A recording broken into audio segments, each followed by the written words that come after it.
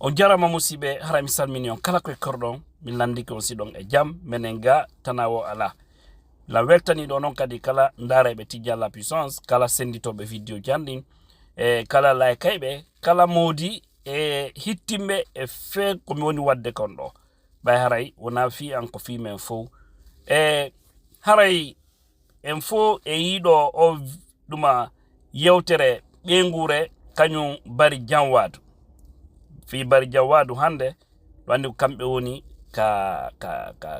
nini kamɓe woni ala une kamɓe woni hande wona wolede fimu koko humodi non o école o tawata no darna e hoore fenande e ka galle Alaji Cellou Dalein Diallo ɗen wonno ɗon jonno haray kañum ɓeygure Bari Janwadu nden ɓe holliti wonandema musiɓe wonandema hari ɓe anda kañum Bari Janwadu no innitirede l'école ɗum ko goo ɓe invitaka ɓe noddaka ton koka radio ɓe nani e ka télévision ji ko ɗon ɓe humpiti wonandema on école ɗon innitirama Bari Janwadu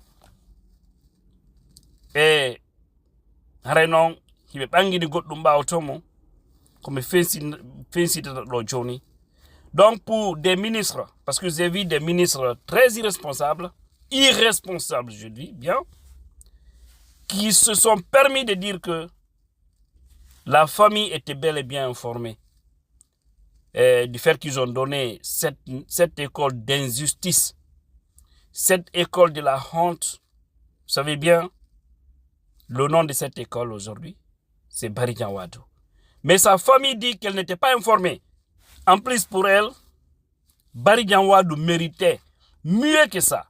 C'est-à-dire mieux que donner le nom d'une école conflictogène à ce grand homme qui a été le grand rédacteur de la première constitution guinéenne.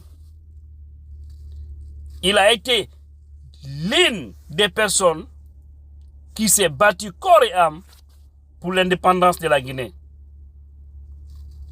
C'est un homme doué qui a fait plein de sacrifices.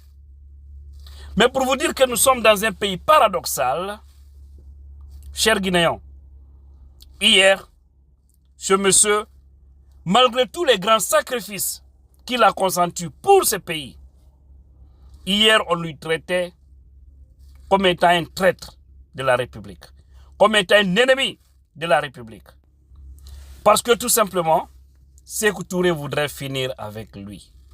Il voudrait finir avec les élites pour que ça reste seulement entre lui et les tocards afin qu'il puisse régner comme il voudrait. C'est ce qu'il a fait. Hein? Et vous voyez aujourd'hui, c'est le même système.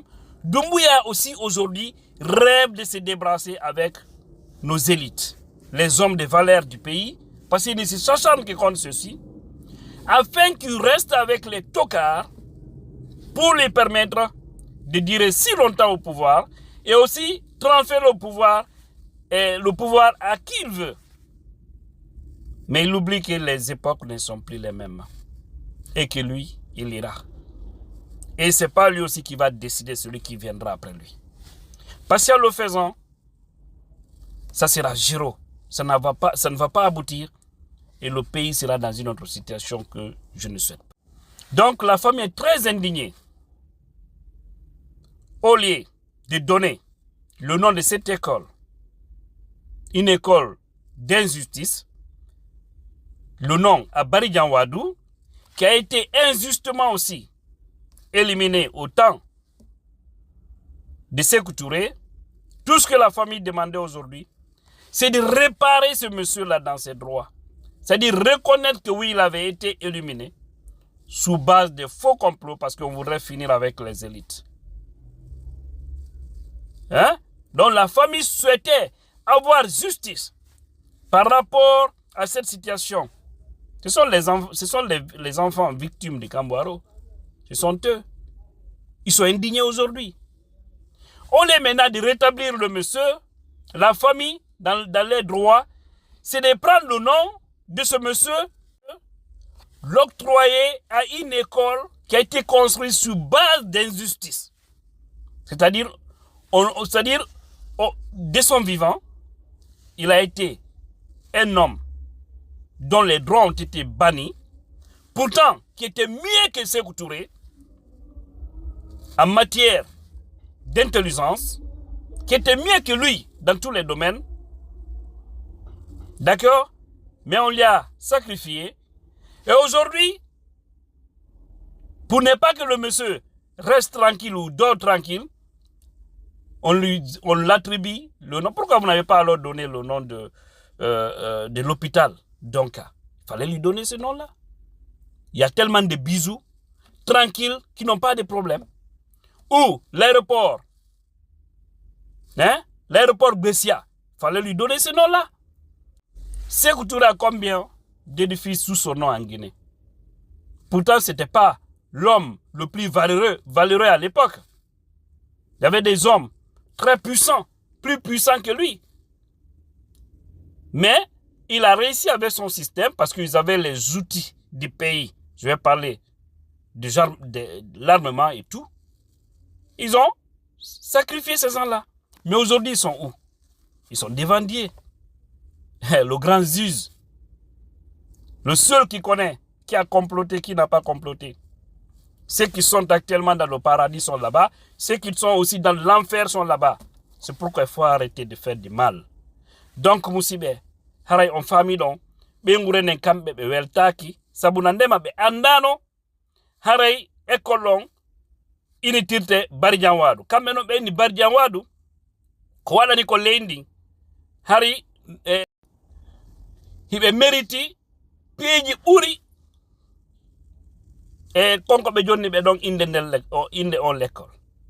Parce que kanyum barjanwadu, o kambe be tawano e windugol sariyaji leydi la Guinée après l'indépendance ko gando molanado Sékou Touré dari tewi paswari jonnon kambe o lieke be dabbude justice e hoore dum non ko ƴettugol inde école tuunuɗo jonnamo kadi nden inde ɗon c'est que yawreji ɗiɗi e gurda maɓɓe ɓe yoɓitiraka moƴƴere ko ɓe feƴƴini ɗo kadi tawa ko diransugol ɓe ko ɓe waali ɗo fiyon andu o système ɓe laaminoɓe Sékou Touré e ɓe taniraɓe maɓɓe fewniɓe ɗon hande ko système goto ko e hoore wakkilare men Allah ittana en ɓe yimɓe e hoore ndi leydi la Guinée si wona ɗum en neɓa wiide ko honto Guinée fewi marsata few parce que ko ɗum ɓe tindina ko ɗum ɓe mawnide mum ko ɗum ɓe neyira koyo enen tullamo ɗen hayse ɓannita yimɓe luttuɓɓen koɓe wonu sara haray kala ko doole woni e nder laamu ngu ɓe jonnaka ɗon so ndaari hannde ono Bassirou Diallo ko woni ɗon ko inde wonen ɗon ministre de la sécurité c'est dans le vide.